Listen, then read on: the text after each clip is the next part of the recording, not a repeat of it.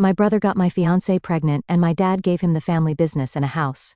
But I made them pay the hard way. I, a 33-year-old male, grew up with my younger brother Alex, a 30-year-old male, in what looked like a normal family from the outside. But man, the dynamics in our house were seriously twisted. See, Alex was this miracle baby. Mom had a really rough pregnancy with him, and he was super sick for his first couple of years, like in and out of hospital sick, breathing problems, infections, the whole deal. I remember sitting in hospital waiting rooms a lot when I was a kid. I get it, having a sick kid is scary, but even after Alex got better, my parents, especially my dad, kept treating him like he was made of glass. Meanwhile, I was expected to be this perfect, responsible older brother who should know better about everything. Alex could skip school, he needs his rest. Alex failed a class, he's been through so much. Alex broke something expensive. Don't be mad at your brother. But me? I had to get perfect grades, never talk back, help around the house, and basically act like a mini adult from age 7. The double standards were insane. Like, I remember this one time in high school, I got detention for being late to class one time and was grounded for a week. That same month, Alex got caught skipping school to hang with his friends at the mall, and my parents just had a talk with him about it. I started working with my dad in his electrical business when I was 15, not because I was super passionate about being an electrician back then, but because it was the only way to get any real attention or approval from him. And you know what? I actually got good at it, really good. I started learning everything I could about electrical work, staying late to watch Dad do the complicated stuff, reading manuals and watching YouTube videos to learn more. Meanwhile, Alex was, well, Alex, smart kid when he wanted to be, but zero work ethic. He could charm anyone with his poor little sick kid routine that he never grew out of. He tried college for like 2 semesters, dropped out because it was too stressful, started some online business, selling dropship junk that failed, then tried to be a day trader and lost a bunch of Dad's money. But somehow, I was still the one getting lectures about supporting your brother and family comes first. I'm not going to lie, it created this weird mix of resentment and responsibility in me. Like, I loved my brother because he's my brother, but I also couldn't stand being around him most of the time. We were total opposites. I was the serious, hardworking one who valued keeping my word and doing things right. He was the fun one who never faced consequences and thought rules were for other people. Dad's business was solid. Basic residential electrical work, some light commercial stuff, nothing fancy, but it paid the bills. I saw the potential in it though. When I wasn't on jobs, I was learning about new technology, smart home systems, security installations. Dad was old school, like doing things the way he'd always done them, but I kept pushing to modernize, to take on bigger projects. The crazy thing is, even when I brought in new clients or finished big jobs perfectly, Dad would find some way to give Alex credit. Your brother's charm really helps with customer relations. He answered phones sometimes. Alex has such good ideas for the business. He suggested we get a website in 2020. I moved out as soon as I could afford it. Got my own place about 20 minutes from my parents, close enough to help with the business, far enough to have some space. I thought I was doing pretty good, you know. I had my own apartment, was making decent money, learning new skills, was even thinking about getting my master electrician license, and maybe starting my own business someday. I met this girl, I'll call Sophie, a 29-year-old female, about 6 years ago on this big rewiring job we had at these luxury apartments downtown. She was the property manager there. The first time I saw her, she was arguing with some HVAC guys about their shoddy work, like really getting into the technical details of why their installation wasn't up to code. I remember thinking, damn, she actually knows her stuff. Most property managers I dealt with just wanted things done cheap and fast, but Sophie was different. She'd actually read through all the electrical codes, knew exactly what she wanted done. The first couple of weeks on the job, she kept coming around to check our work, not in an annoying way. She was genuinely interested in understanding what we were doing and why. I started taking my lunch breaks when I knew she'd be doing her rounds. We'd talk about the project at first, then about other things. She told me about growing up with her dad, who was a general contractor. How she learned all about construction from helping him on jobs. I told her about wanting to modernize my dad's business, maybe expand to more commercial work. She was easy to talk to, you know, like I could rant about dealing with my family drama, and she actually got it. Her brother was the favorite kid too, some hotshot lawyer type who could do no wrong. We joked about starting a support group for the responsible siblings. After we finished the apartment job, I figured that was it, but about a week later she called the office about some urgent electrical issue in her personal apartment. Dad sent me to check it out. Turns out, there wasn't actually anything wrong, she just wanted to see me again. Pretty smooth move, I gotta admit. We started dating after that. Sophie was different from other girls I dated. She didn't play games or expect me to read her mind. If something was bothering her, she'd just say it. If she was happy, you knew it. Plus, she actually cared about my work, would help me study for my licensing exams, even started helping out with the business side of things. Within a year, she was basically running our office, set up this whole new scheduling system, modernized our invoicing, created proper contracts, instead of the handwritten quotes we used to do. Dad wasn't too happy about it at first, likes doing everything on paper. But even he had to admit the business was running smoother. I finally felt like I was building something real, you know? We moved in together after 2 years, started talking about marriage, maybe having kids someday. Sophie would joke about our future kids being electricians too, carrying on the family business. Man, I really thought I had it all figured out. The funny thing is, my family actually liked her at first. Mom was always inviting us over for dinner, asking Sophie for help with computer stuff or getting her opinion on home improvements. Even Dad warmed up to her once he saw how much she was helping the business grow. We were landing bigger contracts, getting more commercial work, building a real reputation in the area. Sophie got along great with Alex too. She'd defend him sometimes when I'd get frustrated about his latest failed scheme, said I should try to understand his perspective more, how growing up sick might have affected him. Looking back now, I should have seen that as a red flag, but you know how it is when you trust someone completely. You don't want to see the signs. We got engaged after 4 years together, nothing fancy. I proposed at home after we finished this huge project we'd been working on together. She'd been helping me plan this major electrical upgrade for a local hospital.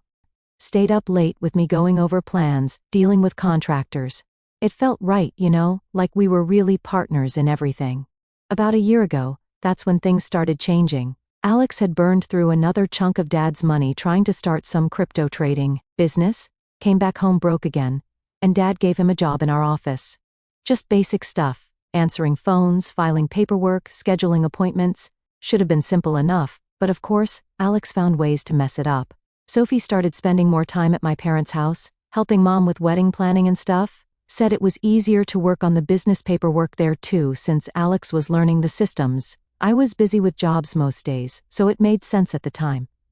After that, things started getting really messed up. About 8 months before everything blew up, I started noticing small changes. Nothing huge at first, just little things that didn't add up. Sophie was spending more time at my parents' house, helping with the business stuff, said she was training Alex on our new invoice system and helping Mom with wedding plans. Made sense, right? I was out on jobs most days, working my a-hole off to save up for our future. We were planning this whole wedding, talking about buying a house. I wanted to do things right, but then other stuff started happening. Sophie changed her phone password. Never really hid her phone before, we both knew each other's passwords, no big deal, but suddenly, she got weird about it, said her banking app needed her to update security or something. Whatever. I trusted her completely, so I didn't think much about it. Then Alex started acting different too. Started wearing cologne to work. Dude used to show up in yesterday's clothes half the time. Got all these new clothes. Started actually showing up to work on time, which was weird for him. He was being weirdly nice to me too, offering to stay late at the office, saying he really wanted to learn the business. I noticed Sophie talking about him differently. Alex is really getting good at handling the scheduling, or your brother's actually pretty smart when he applies himself. She'd get kind of defensive if I complained about him messing something up. Even started taking his side in family arguments. The office vibe got weird too. Our receptionist, Janet, been with us 15 years, she's like a second mom, started giving me these looks when Sophie and Alex would be working late together. But whenever I'd ask what was up, she'd just say, nothing, and change the subject. One time, I came back to the office early from a job because we ran out of materials. Sophie and Alex were in the break room, laughing about something. Nothing obviously wrong, but they both jumped like they were caught doing something when I walked in. Sophie said they were just going over some invoices. At 7 p.m., right? I started noticing Sophie didn't talk about our future as much. Used to be all excited about wedding plans, looking at houses online, talking about what kind of family we'd have. But she got quiet about all that, said she was just stressed about work.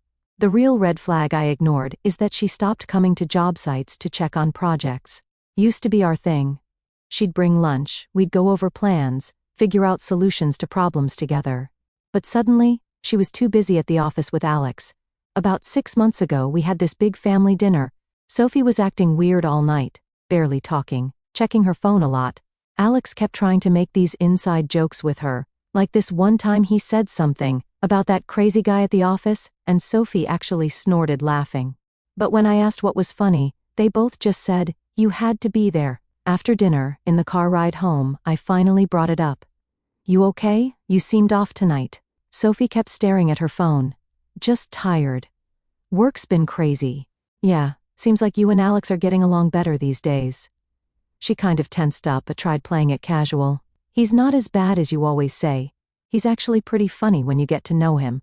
"Funny enough to make you ignore everyone else at dinner?" "What's that supposed to mean?" "Nothing. Just, you've been different lately. Distant, always on your phone." She got defensive real quick. "Oh, so I'm not allowed to have my own conversations now? Everything has to be about you?" That caught me off guard. Sophie never talked to me like that before. "That's not what I said, just feels like something's changed. Maybe you're just paranoid. I'm tired of you always complaining about Alex, he's trying his best." I remember getting this sick feeling in my gut, like something was really wrong, but I couldn't put my finger on it. She'd never defended Alex like that before. "Since when are you Team Alex?" "Since I actually got to know him instead of just listening to you bash him all the time." We drove the rest of the way in silence. Man, all the signs were there. The defensive attitude, the phone, the inside jokes, the way she suddenly thought Alex was so great. But you never want to believe someone you trust completely could do that to you. Especially not with your own brother. I remember lying there that night, watching her pretend to sleep, thinking, nah, I'm just being paranoid. The next couple of months were just more of the same, Sophie working late, Alex suddenly interested in the business, me being a complete idiot, working 12-hour days, trying to save up for our future while my brother was stealing my girl right under my nose. Then came the day everything exploded. It was a Tuesday, I remember because I was on this big commercial job, rewiring this warehouse. Sophie called around 2 p.m., crying so hard I could barely understand. Said she needed to talk to me in person, it was urgent. My first thought was something happened to her parents or something. I told my crew I had a family emergency, and drove straight home. Found her sitting in her car in our driveway. She wouldn't come inside, just sat there gripping the steering wheel like it was the only thing keeping her together. I got in the passenger seat, waiting for her to say something. "I'm pregnant," she said. For a few seconds I felt nothing but happiness. We talked about starting a family after the wedding, and now it was happening. I started going on about how we'd figure it out, how we could move the wedding up if we needed to. She just kept crying. "There's more," she choked out. It might not be yours." Everything inside me went still. My brain refused to process it at first. Like I had to run it through a second time to make sure I heard her right. "Might not be mine?" My voice sounded weird, like it wasn't even mine. "Who else's would it?" I stopped. It clicked, all at once. The late nights, the sudden secrecy with her phone, the weird tension whenever I brought up, "No." I stared at her, waiting for her to deny it, to tell me I was wrong. She didn't. "Tell me it's not him." Her breath hitched. My hands curled into fists. "Sophie," my voice was sharp now, demanding, "tell me it's not Alex." She made this broken sound in her throat. It wasn't supposed to happen. I let out a sharp laugh, but there was no humor in it. "Oh, right, you just tripped and fell into my brother's bed." "It wasn't like that," she said quickly.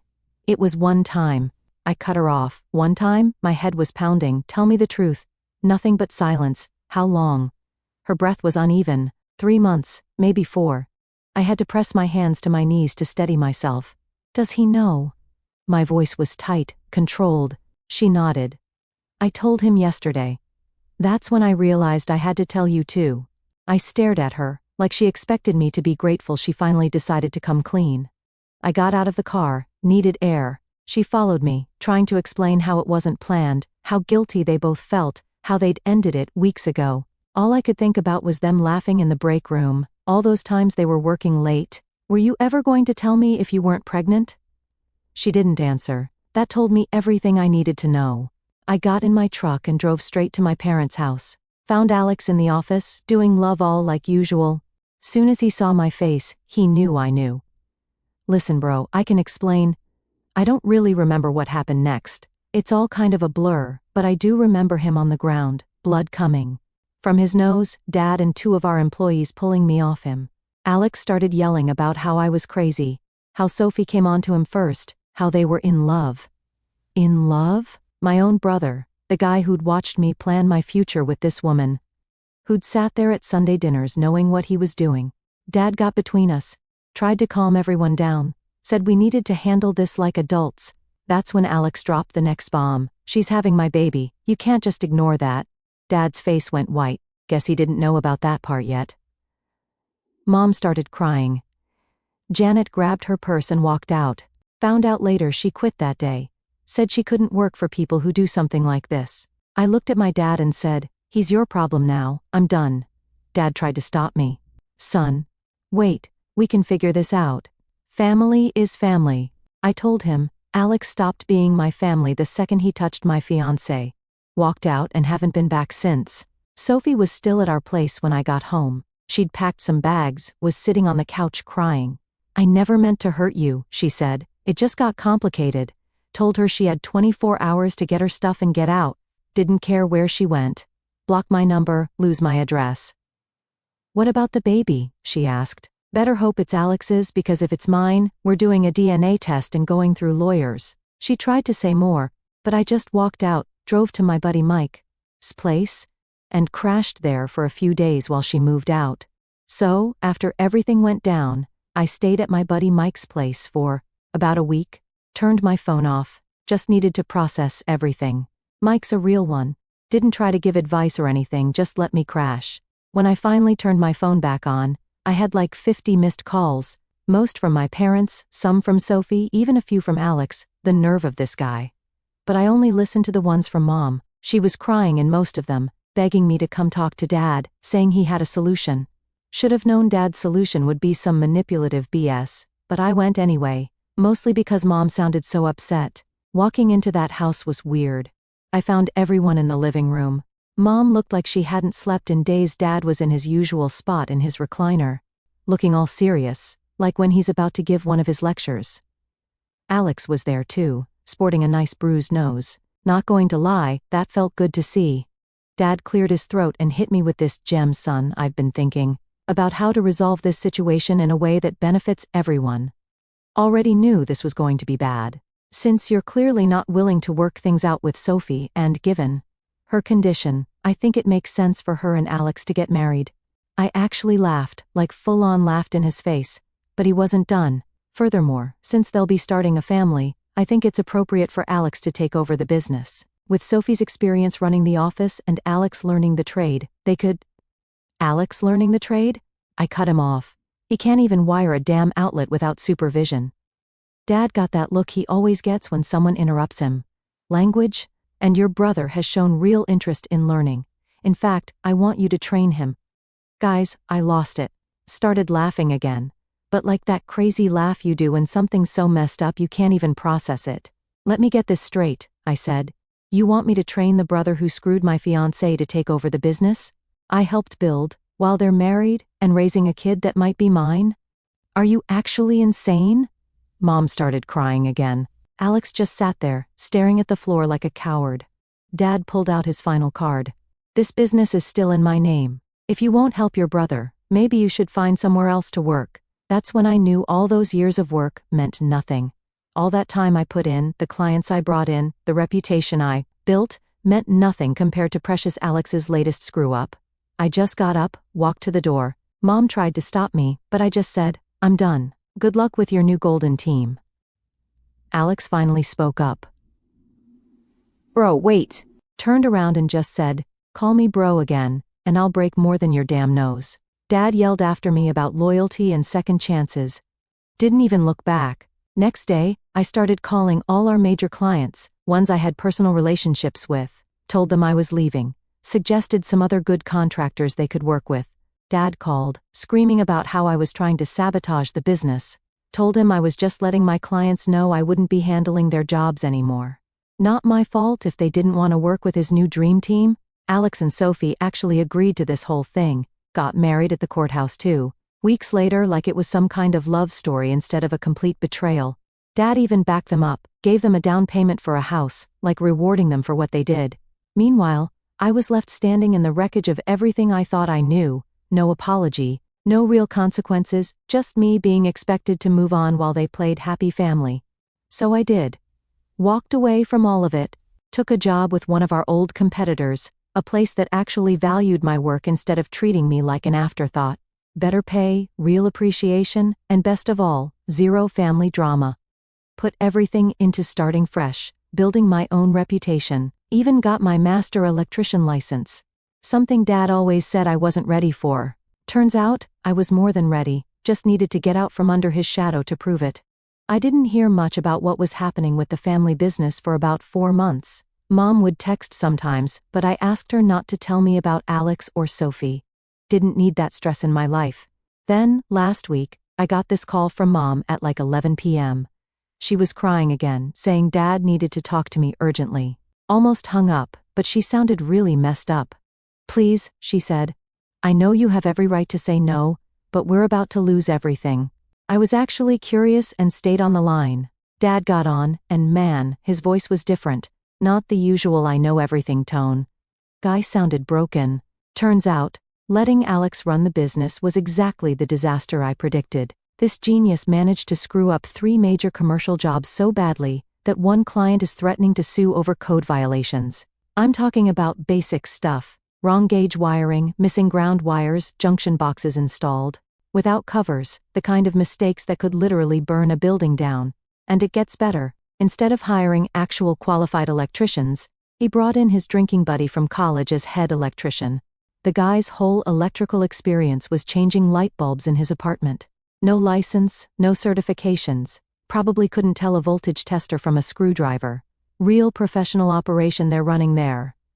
Then there's the money side. Alex apparently forgot to pay their liability insurance. In an electrical business, let that sink in. One accident, one fire, and they'd lose everything. But hey, why waste money on silly things like insurance when you can pocket the cash instead? Because that's exactly what he was doing. Taking cash payments from customers and conveniently forgetting to put them in the books. And the financial genius had been taking out loans against the business. Without telling Dad, multiple loans, we're talking serious money here. And the best part? Nobody can figure out where all that cash went. Not in his bank account, not invested anywhere, just gone. Like magic. Though I'm betting his new car and those designer clothes he's been wearing might be a clue. It's almost impressive how thoroughly he managed to wreck everything in just a few months. Took Dad 30 years to build this business, and Alex practically burned it to the ground in less than half a year.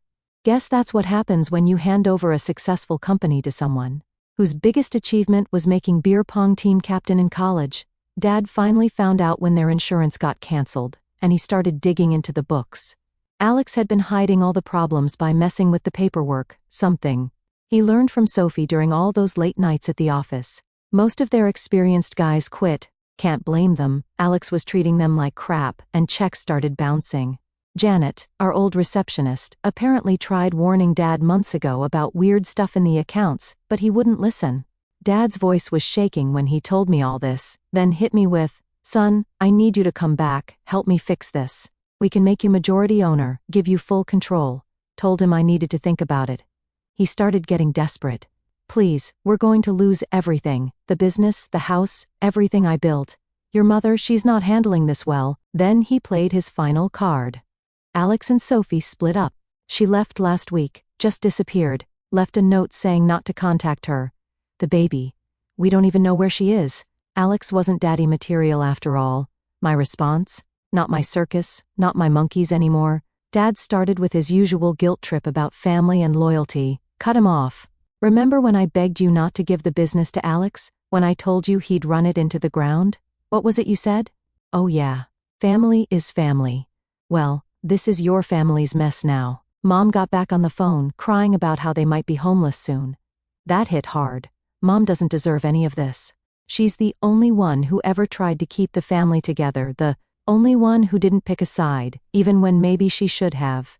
Told her she could come stay with me anytime. Just her though, not Dad, not Alex. I can't leave your father, she said. I sighed. Then that's your choice, Mom, but my door is only open for you. It sucked, knowing she'd never walk through it. A couple of days later, I got a text from Sophie. I know I'm the last person you want to hear from, but I need help. The baby's yours. I got the test results. Alex took all my money and disappeared.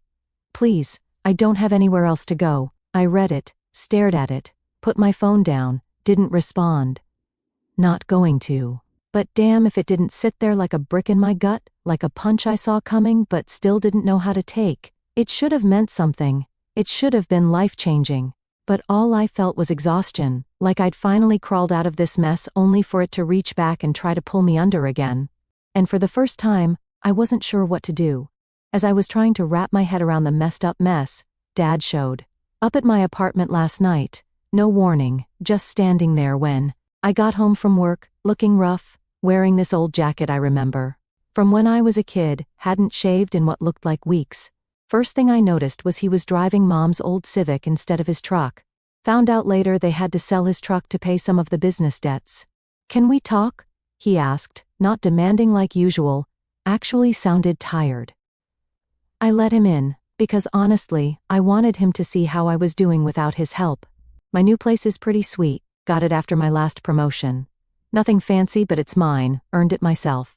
He stood in my living room, looking lost, like he didn't know how to talk to me without giving orders. Finally sat down and just started spilling everything.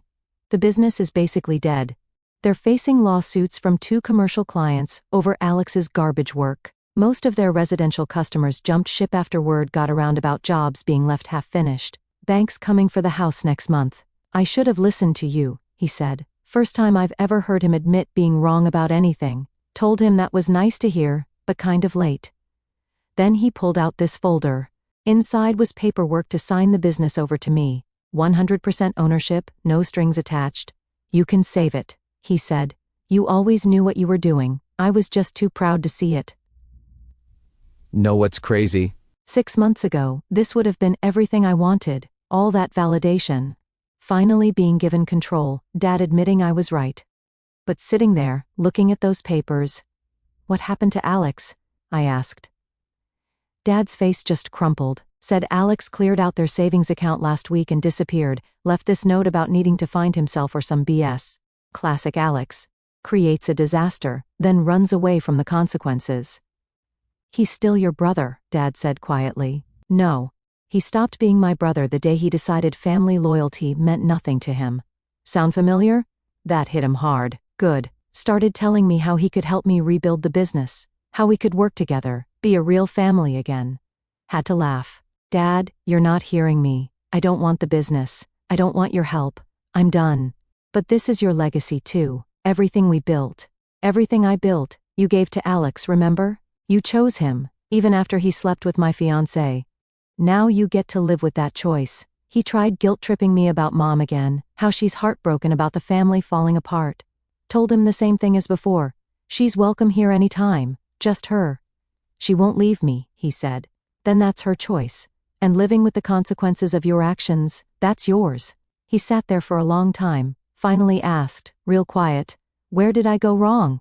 Wanted to lay it all out, all the years of favoritism, the constant excuses for Alex, how he threw away someone who actually cared about the business for someone who saw it as a piggy bank to raid. But what's the point? You didn't go wrong, Dad. You got exactly what you always wanted, Alex being in charge. How's that working out? He left soon after, looked about 20 years older walking out than when he walked in. Got a text from Mom this morning. They're moving in with her sister in Ohio next month.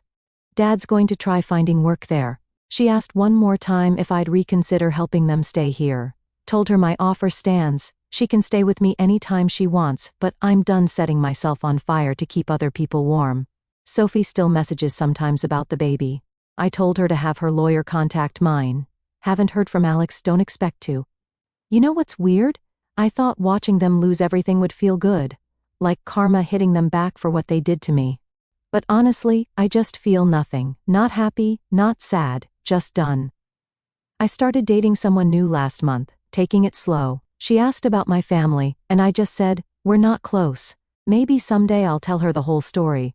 But for now, I'm focused on building my own life. No drama, no toxic family BS, no trying to earn approval that never comes. I told Sophie everything goes through the lawyers from now on. Will I be there for my kid? Yeah, I'm not my brother. I don't abandon my responsibilities. But Sophie burned that bridge to ashes. We'll figure out custody and support through the courts. She made her choices. Now she gets to live with them. Just like everyone else in this mess. For now, I'm just trying to keep my head straight. Focus on work, my new relationship. Building something that's just mine. Some nights, I lie awake thinking about how messed up it is that my kid's going to be born into all this drama. But you can't fix other people's mistakes. You can only try to do right by your own conscience. Sometimes the best revenge is just living well. Edit. This is the last part, guys. Thanks for following along. Writing it all out actually helped sort through some stuff in my head. Edit too, since people keep asking, yes, if Sophie can prove the baby exists and is mine, I'll step up, but only through legal channels, no direct contact.